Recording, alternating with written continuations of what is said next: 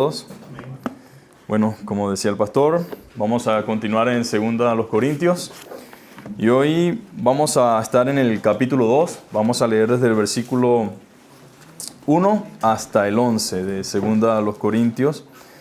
Y cuando leemos en la versión Reina Valera, si no estamos muy versados con la lectura, tendemos como a confundirnos, ¿verdad?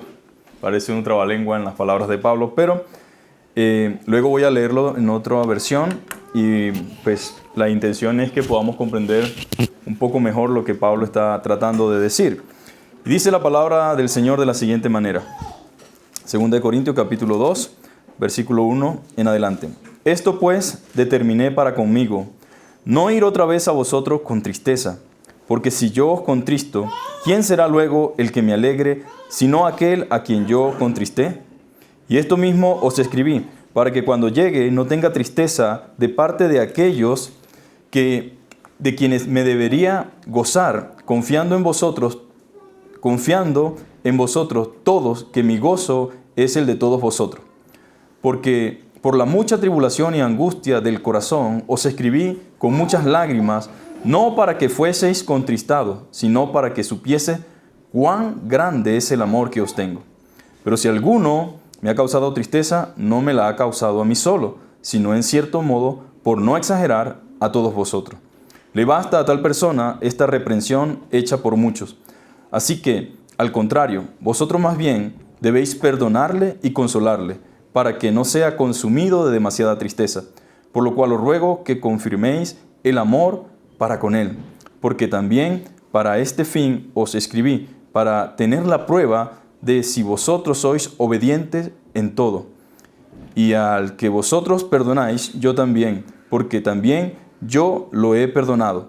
Si algo he perdonado, por vosotros lo he hecho en presencia de Cristo, para que Satanás no gane ventaja alguna sobre nosotros, pues no ignoramos sus maquinaciones. Señor, te damos gracias una vez más en esta hermosa hora, en esta hermosa noche, por el tiempo que nos das en familia, Señor, para edificarnos en tu verdad. Pedimos que nos ayudes, que nos bendigas, que nuestras oraciones puedan subir delante de ti también en esta hora, en el tiempo de oración, y que tú puedas contestar según tu voluntad y propósito. Recibe la gloria y la honra en el nombre de Jesús. Amén. Yo he titulado en esta noche esta enseñanza, El negociador espiritual, porque como bien saben ustedes, en el ministerio el propósito de los que sirven, de los que están sirviendo, en especial del liderazgo pastoral, del liderazgo de los diáconos, es una sola meta y un solo propósito, y es contribuir a que la iglesia sea cada vez más como Cristo. Ahora, en una iglesia, en teoría, todo debería ser paz, amor, hermandad, cristiandad, los hermanos lloran, los hermanos se consuelan, los hermanos se ayudan y los hermanos están allí siempre prestos para todo lo bueno. Pero en la práctica o en la realidad somos seres humanos llenos de un montón de cosas que por la gracia de Dios estamos siendo renovados de día en día, el Espíritu Santo trabajando en cada uno, algunos con mayor madurez, otros con menos madurez, pero no somos, por así decirlo, perfectos en todas las cosas. Algunos no tienen mucha paciencia, otros tienen demasiada paciencia. La demasiada paciencia es un problema, la no tenerla también. Y el punto es que la madurez nos lleva al equilibrio. Entonces, ¿por qué un negociador? El negociador está entre el secuestrador y entre la ley. La justicia está para mediar y buscar una salida que traiga como resultado la salvación del individuo que está en la situación y evitar que la persona que está en el secuestro termine asesinada o muerta, porque en algunas ocasiones pues, es la única solución que aparentemente hay.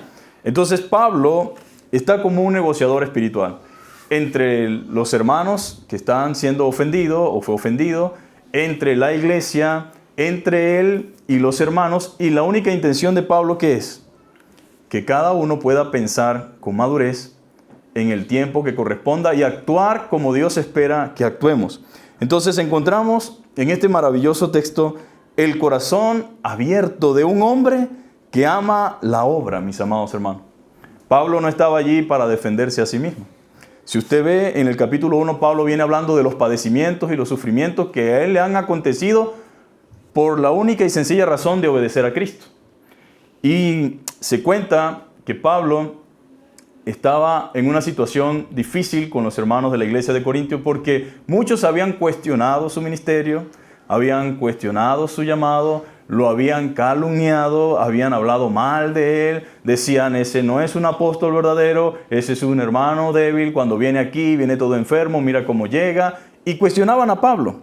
Pero Pablo, lejos de ponerse allí y defenderse a sí mismo, ¿verdad? Hay algo que podemos aprender de Cristo y de Pablo. El Señor dijo, bienaventurados sois cuando digan toda clase de mal contra vosotros, mintiendo. Eso es lo que dice el Señor. Gozaos y alegraos porque vuestro galardón será grande. Pero en ningún momento Él dice, vénganse ustedes mismos, busquen la forma de hacer justicia por sus propias manos. No, es difícil ese proceso, sí. Porque imagínense a Pablo ministrando una iglesia, sufriendo en medio del proceso de levantar una iglesia y una obra para que después un grupito o algunos o otros, 2 o 3, que contaminan a otro, se vengan encima de él. Y ahí está Pablo, ¿no? Tenía 2 opciones, o defiendo mi orgullo, mi honor y mi nombre, o sencillamente descanso en Dios, oro por los agresores, oro por la iglesia para que no sea contaminada y les voy a enviar una carta que tiene una intención, generar en ellos un arrepentimiento.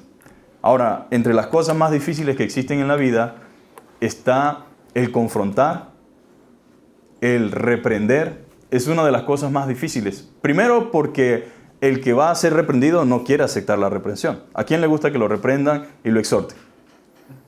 Es como que se cree ese pastor, que se cree ese hermano, que va a venir a mí a decirme qué voy a hacer yo con mi vida y se quiere meter en mi vida. Y algo que la iglesia no entiende muchas veces es que cuando tenemos necesidad de consuelo, de ayuda, de guía, de dirección, buscamos la iglesia. Ay, hermano o pastor, ayúdenme, estoy en este proceso. Cuando estamos bien, pero estamos haciendo las cosas mal, no queremos que la iglesia se acerque para corregirnos e instruirnos. Entonces, si no me gusta una cosa, no me gusta la otra. Por eso, cuando alguien es miembro de la iglesia o es parte de una comunidad de fe, debe entender que está al todo con la iglesia. No es lo que me beneficia sí y lo que me beneficia no. Recuerdo una vez que salí de la iglesia a la que pertenecía, me estaba mudando y bueno, era un chico de apenas 17 años y me dice el pastor, bueno, ¿te vas? Yo le digo, sí, sabes que te estás yendo de la familia, ¿no? Cuando sales de la iglesia ya no estás bajo mi jurisdicción ni bajo mi cuidado. Estás ahora bajo la jurisdicción del otro lugar. O sea, como diciéndome, mientras estás aquí, velamos por ti, te ayudamos, te apoyamos, te cuidamos, pero una vez que ya no estás aquí, no podemos hacerlo, ¿no? Entonces, lo que Pablo trata es de que los hermanos se entiendan que no es un compromiso a medias, ni de a poquito, ni cuando nos conviene. Ciertamente, a veces la iglesia tiene que intervenir, no por capricho personal, ni porque nos queremos inmiscuir en la vida de alguien, ni para imponerle nuestras propias reglas y normas, sino porque es el proceso bíblico y divino.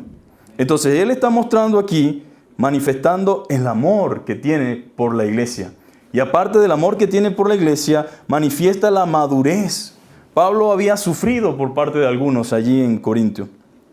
Se dice que fue altamente criticado, calumniado, señalado, vituperiado.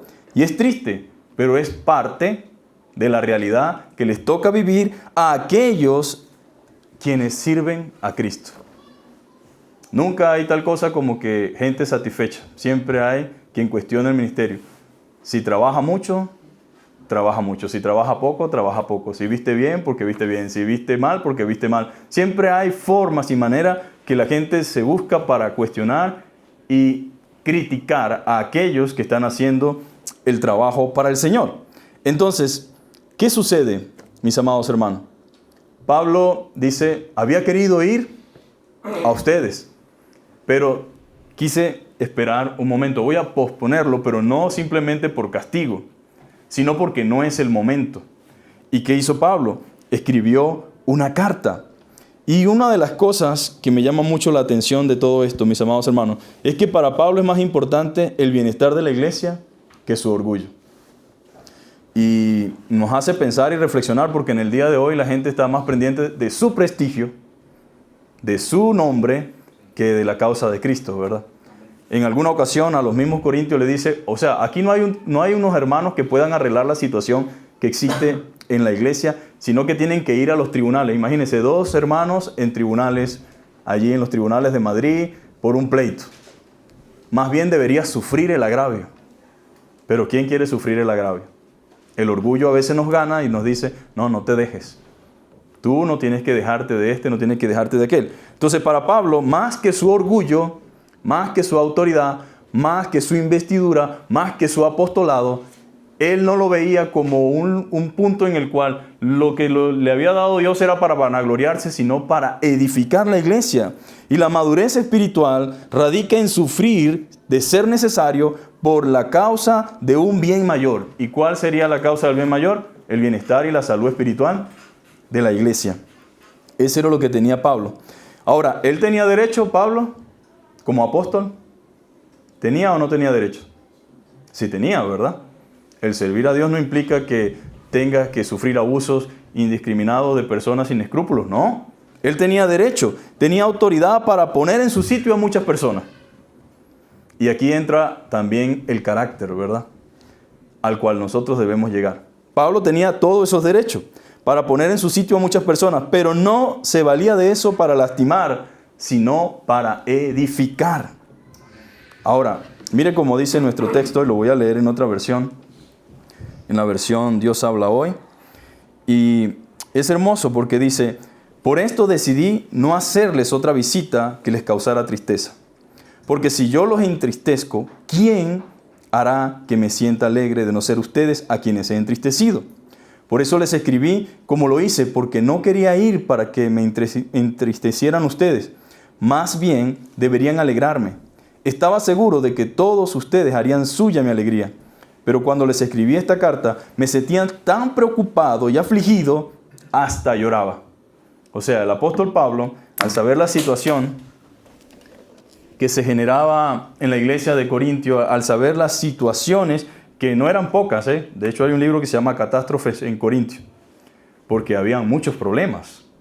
Pero lo que agobiaba a Pablo no era, están hablando mal de mí, están cuestionándome a mí, están diciendo esto de mí. Él no sufría de eso.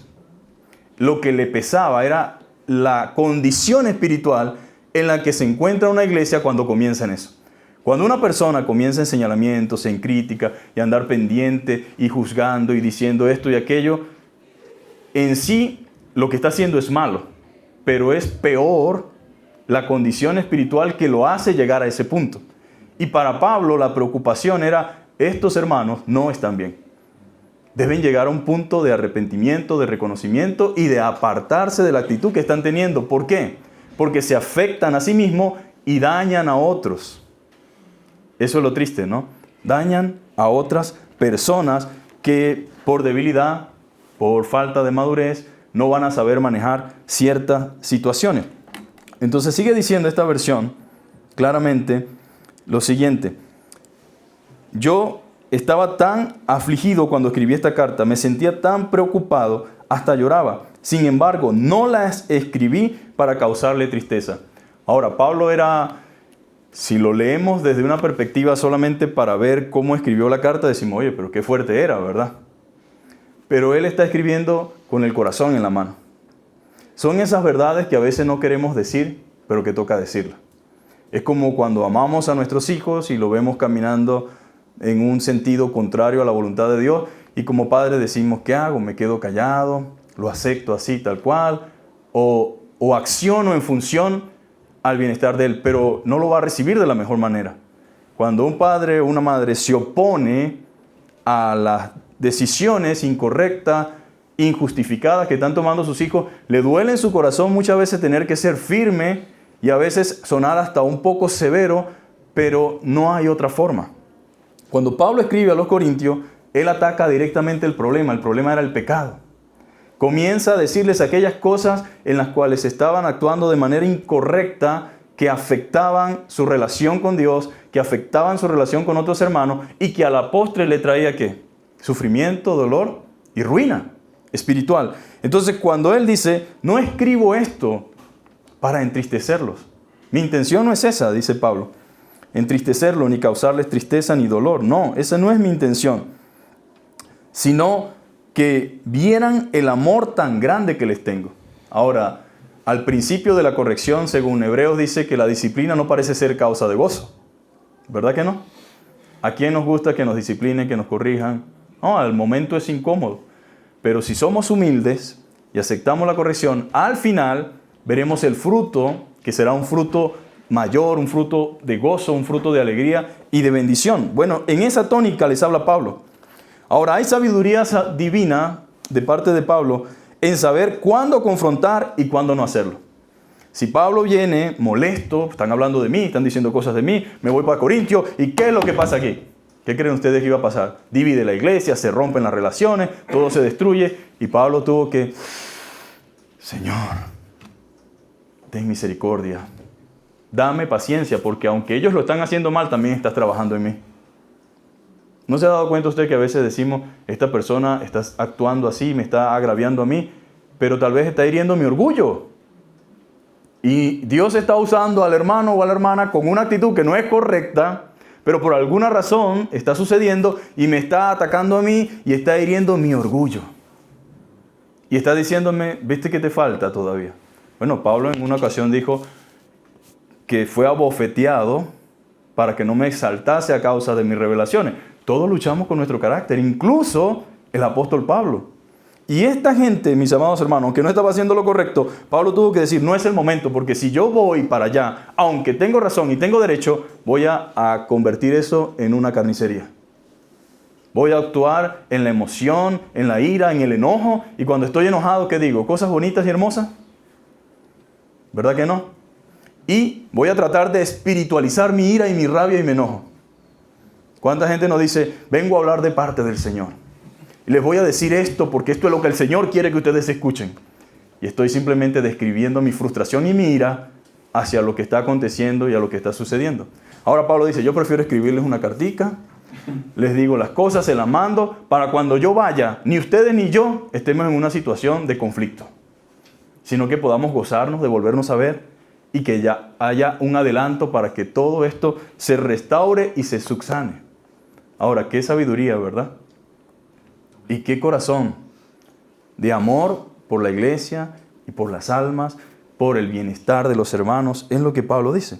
Entonces, hay sabiduría en saber cuándo confrontar y cuándo no hacerlo. No es solamente sabio el callar, porque no se trata ni de callar, ni de dejar de decir las cosas. Pero es cierto que hay momentos para decir las cosas. Hay momentos en el cual, mire, debemos quedarnos calladitos, no es oportuno. No es el momento, no es el tiempo. Vamos a esperar, vamos a darnos la oportunidad de que cuando se dé ese momento ya hemos orado por ese momento. Pero lamentablemente a veces nos dejamos llevar por el ímpetu. Nos dejamos llevar por el enojo. Y muchas veces incluso teniendo hasta la razón quedamos mal. Porque hablamos en el tiempo que no correspondía. Entonces hay que dejar tiempo ¿para qué? Para sanar las heridas. Un hombre o una mujer herida, no es el momento para hablar. Vamos a esperar. Vamos a permitir que haya un tiempo para sanar las heridas y también para que haya un cambio de mente. Pablo era un hombre con un carácter procesado. Era capaz de mostrar autoridad sin dejar de ser humilde. Era capaz de mostrar autoridad sin dejar de ser humilde. Cosa muy difícil para muchos que están en autoridad, ¿verdad? Yo soy el fulanito de tal, yo no puedo permitir eso. A mí no, ¿y quién es este hermano? ¿Y quién se cree esta hermana? No, cálmate, relájate, descansa en Dios. Él es el que pelea por nosotros, Él es el que se encarga de hacer las cosas. Tú simplemente mantente firme en lo que te corresponde hacer, pero no des lugar al enemigo. Así debemos actuar nosotros como siervos de Cristo, como hijos de Dios, como hermanos en la fe. Mostrar madurez en el tacto y en la corrección. ¿Cuántos saben que debemos corregir y que la iglesia debe ejercer la disciplina? Y quiero aclarar esto, aunque el tiempo es muy corto, pero quiero aclarar algo. La iglesia sigue siendo la misma que empezó en el libro de los Hechos. La corrección sigue siendo necesaria. Una iglesia sin corrección, una iglesia en la cual no hay disciplina, es una iglesia que se destruye a sí misma. Por eso es que en el día de hoy, No lo digo de manera específica a ningún grupo en específico, pero estoy hablando en sentido general de la iglesia. Donde no hay corrección, hay pecado. Y donde hay pecado, no hay crecimiento espiritual y no hay madurez. Pero, al igual que Pablo, la corrección trae consecuencias. Los corintios hicieron lo que hicieron porque estaban dolidos, incómodos con el mensaje en la carta de Pablo. Entonces dice, ¿qué se cree este? ¿Qué le pasa a este? Tal. Y se levantan algunos maestros que dicen, no, pero ese Pablo es muy exagerado y muy religioso. Además, para Dios lo más importante es el corazón. Y Dios nos ama tal cual como somos, independientemente de lo que hagamos. Y nos engañamos porque es lo que la mente quiere escuchar en ese momento. Y decimos, no hace falta disciplina, no hace falta corrección, nadie tiene por qué meterse en nuestras vidas. Es una relación entre Dios y nosotros. Y convivimos con el pecado, aprendemos a vivir con él. ¿Y qué creen ustedes que va a pasar? Nuestras vidas espirituales no van a prosperar, sino que hay un estancamiento espiritual. Y Pablo no quería eso para los corintios. ¿Había fornicación? Habló de la fornicación. Había pecados de pleito, de división, habló en contra de la división. Y por supuesto, todo el mundo no lo recibió, pero a fin de cuentas era el mensaje que necesitaban escuchar. Entonces Pablo ataca directamente la situación.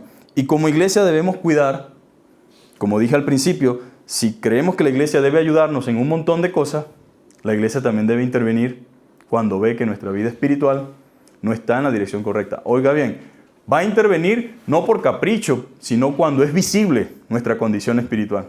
Cuando hay un alejamiento de la voluntad de Dios, cuando hay un alejamiento del plan de Dios para nuestra vida y bíblicamente sustentable la corrección.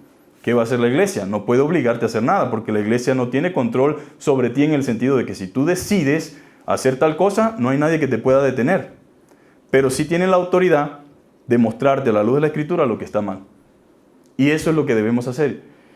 Estamos en unos tiempos donde pues la gente dice, prefiero allá que no se meten en mi vida, que no me dicen nada. Bueno, no podemos hacer si quieres ir allá, pero la iglesia tiene que hacer su papel, tiene que hacer lo que le corresponde. Ahora, ¿por qué mucha gente no quiere corrección? Porque tiene una idea equivocada de la corrección y de la disciplina. Ahora, mire lo que dice Pablo. Si seguimos leyendo, Pablo dice lo siguiente en los versículos que siguen. Si alguno ha causado tristeza, no me la ha causado solo a mí, sino hasta cierto punto también a todos ustedes. Digo hasta cierto punto para no exagerar.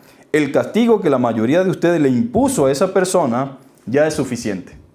O sea que Pablo, a pesar de que podía agarrar y decir, vamos a exasperarse y decir, hay que caerle encima a ese hermano, que se vaya de aquí, no lo queremos aquí, que se vaya a otro lado. ¿No se ha dado cuenta que hay gente que quiere que otros se vayan porque se le ha incomodado su vida, ¿verdad? Dice, no lo queremos aquí, que se vaya, que se vaya, que se vaya, y vamos a hacerle la guerra, no va a volver más nunca a tocar ni siquiera una taza de la iglesia. Y siempre le vamos a recordar su pecado. Ahora, eso no es de Dios. Hay una disciplina, dice Pablo. Ya se le impuso la disciplina por causa de su pecado, pero ahora, dice Pablo, ahora, dice la Escritura, ¿verdad? Digo hasta cierto punto, luego dice lo que a esa persona ya es suficiente. Lo que ahora deben hacer, ¿qué es? Perdonarlo y ayudarlo. Lo que pasó, pasó. Ya es tiempo pasado. Ahora, hay una demostración de que un cristiano puede cometer errores, puede fallar, y la iglesia tiene el deber de disciplinarlo, pero a la misma vez también tiene el deber de perdonarlo y de restaurarlo. No hay ningún gozo para la iglesia en que haya un hermano caído y caerles encima y cuestionarlo y que pase el tiempo y los años y sentado en el banco de los acusados y todo el tiempo murmurar o rumorar de lo que hizo en tiempo pasado. No es bíblico. Ya es suficiente. Lo que deben hacer ahora es perdonarlo y ayudarlo. No sea que de tanta tristeza lo lleven a la desesperación. Ahora, es inevitable no pensar en los excesos, ¿verdad? De la disciplina y de la corrección de algunos líderes egoístas que sin darse cuenta que el propósito de la disciplina no es destruir a la persona. No es desmoralizarlo en todos los sentidos y aspectos. No es señalarlo de que todo el mundo sepa su error, cosa que no es correcta tampoco, si su pecado no fue público, por así decirlo, sino que se supo porque lo confesó o porque alguien lo vio, no tiene por qué incluir al resto, para que todos estén con el dedo apuntando hacia allá. No es bíblico. Pablo dice, bueno, ya se le impuso su disciplina, el hombre la soportó, ya es tiempo de perdonarlo y ayudarlo. No sea que de tanta tristeza lleve a la gente a la desesperación. Por eso les ruego que nuevamente le demuestren el amor que le tienen.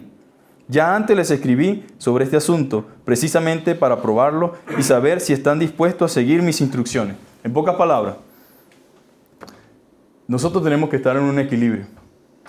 No podemos estar en una balanza en este sentido de la religiosidad extrema, ¿verdad? En el cual nos volvemos acérrimos, tan acérrimos que desagradamos incluso a Dios. Ni podemos estar en el libertinaje y en esa libertad falsa de que no importa lo que hagas, independientemente de lo que hagas, a la final lo más importante es tu corazón, porque sabemos que también destruye a la persona. Pero sí un equilibrio donde exista justicia. El propósito de la disciplina es ayudar a crecer, para levantar y restaurar al hermano caído. En 2 de Corintios, capítulo 7, más adelante, solamente como para que veamos el propósito de la disciplina, Pablo dice lo siguiente, capítulo 7 de 2 de Corintios, verso 8, porque aunque os contristé con la carta, no me pesa, aunque entonces lo lamenté, porque veo que aquella carta, aunque por algún tiempo os contristó, ahora me gozo. No porque hayáis sido contristados, sino porque fuisteis contristados para arrepentimiento, porque habéis sido contristados según Dios, para que ninguna pérdida padecieses por nuestra parte. Porque la tristeza que es según Dios produce arrepentimiento para salvación, de que no hay que arrepentirse, pero la tristeza del mundo produce muerte. Mas Dios, mis amados hermanos, dice el verso 6 que me llamó la atención de este capítulo 7, pero Dios que consuela a los humildes nos consoló con la venida de Tito. Ahora, Pablo dice, la carta fue dura, os contristó, los incomodó, les generó malestar, pero produjo arrepentimiento. Y eso es lo que queríamos en Dios, que hubiera un cambio y un arrepentimiento. Tenemos a un Padre en Dios, pero también vemos a Pablo como un Padre que se contrista y le da dolor y amor cuando corrige a sus hijos. O sea, hay un padre no se goza al corregir a sus hijos. Sentimos pesar y nos duele, pero entendemos que es necesario. Y por amor lo hacemos. En Gálatas 6:1 Pablo dice que debemos corregir a los hermanos con espíritu de mansedumbre, como si fuéramos nosotros mismos los que estuviésemos siendo en ese momento corregidos, ¿verdad que sí? Pero a veces corregimos por encima del hombro, ¿verdad? Lo cual es pecado. Y decimos, imagínate cómo llegaste a ese punto, mira lo que has hecho. No, esa corrección duele mucho. Y no solamente duele, sino que destruye y no ayuda. Entonces, Pablo siempre tiene en mente que la disciplina no es para destruir, ni para gozar del dolor ajeno, ni para celebrar la caída de nuestro hermano o hermana, sino más bien para restaurarle, y se debe hacer como si fuese a nosotros mismos. Hay un gran peligro del cual debemos estar pendientes, mis amados hermanos. 1, de no ser tan ligeros y liberales. Y 2, de no ser tan severos y religiosos que en vez de ayudar a levantar y restaurar, terminemos destruyendo y asfixiando al hermano. Satanás, dice Pablo, para que Satanás no gane ventaja sobre nosotros. ¿Quién gana ventaja? Satanás. A Satanás no le importa si somos muy religiosos y extremos. Si estamos destruyendo la vida de una persona, bienvenido. No le importa si somos muy liberales. Si estamos destruyendo la vida de una persona, bienvenido. Y Satanás es el que gana ventaja de este tipo de situaciones. Entonces, cuando la balanza se inclina a alguno de estos lados, Satanás celebra que seamos liberales o religiosos, severos en el sentido negativo. Pero el cristiano debe estar en el equilibrio, en la justicia y en el amor. Amén.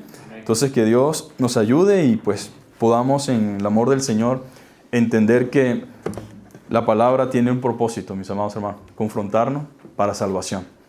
Entonces, vamos a invitar al pastor.